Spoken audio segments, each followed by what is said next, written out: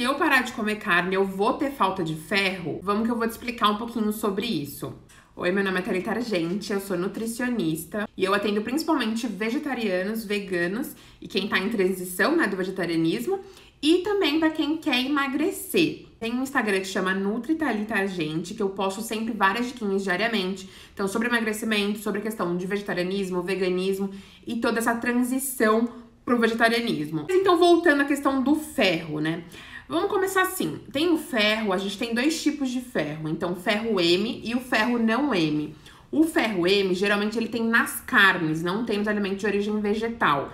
E o ferro não M, ele tem nos alimentos de origem vegetal e também nas carnes. E aí falam, né, que esse ferro de vegetariano não é bom, não vai ser absorvido e tudo mais. Então, vamos entender isso. O ferro não M, ele tem uma menor proteção para o nosso corpo, para ele ser digerido. Então, assim, como se tivesse uma cápsula, assim, em torno do ferro, no ferro M, e no ferro não M não tem essa cápsula protetora. Então, teoricamente, ele fica mais vulnerável, né, no seu organismo. Então, ele pode ser perdido muito mais fácil.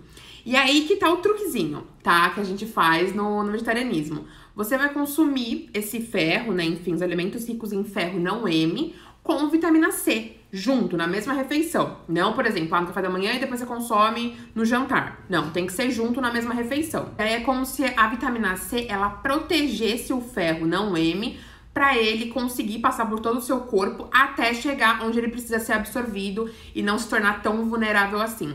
O ferro M, ele tem essa capsulinha, né, para proteção, e aí ele é melhor absorvido. Mas quando você coloca a vitamina C, ele é absorvido muito mais, esse ferro não M. Então, não existe você ter deficiência de ferro porque você é vegetariano ou vegano. E aí, assim, onde que tem o ferro vegetal, né, esse ferro não M? Então, feijão, grão de bico, lentilha, soja, agrião, couve, semente de abóbora, gergelim. Todos esses alimentos são bastante ricos em ferro. E aí a gente precisa combinar eles com a vitamina C. Então, por exemplo, tá no almoço. Você pega uma rodelinha de abacaxi e coloca como sobremesa. Ou toma uma limonada, ou coloca o limão na salada. E aí você vai estar adicionando essa vitamina C na sua refeição. Obviamente, para uma pessoa que tem já o ferro normal, ali nos seus exames, ferritina, ferro sérico, tá tudo legal e não tem nenhuma deficiência. Aí você vai manter essa quantidade de ferro do seu corpo, comendo através dos alimentos. Mas se você tiver uma deficiência de ferro ali no seu sangue, precisa ir no médico, porque precisa fazer suplementação. E você não precisa voltar a comer carne pra repor esse ferro. Isso não existe. Comer carne não vai resolver a sua deficiência, a sua anemia. Você precisa de suplementação. É uma quantidade muito maior de ferro que você precisa. Tem casos de estar tão baixo que precisa ser intravenosa, então tomar injeção de ferro. Ou você precisa da injeção e aí tem que ir repondo com a suplementação, né? Ou já parte para suplementação mesmo. Então tem que conferir no médico, tem que fazer exames regulares para entender como que tá essa questão do ferro. Porque se você tem deficiência de ferro, começa a ficar muito cansado, uma fadiga muito grande, tontura, palidez. Então você acaba também diminuindo muito a concentração, você fica um pouco mais lento, assim, sabe? Pensamento mais lento.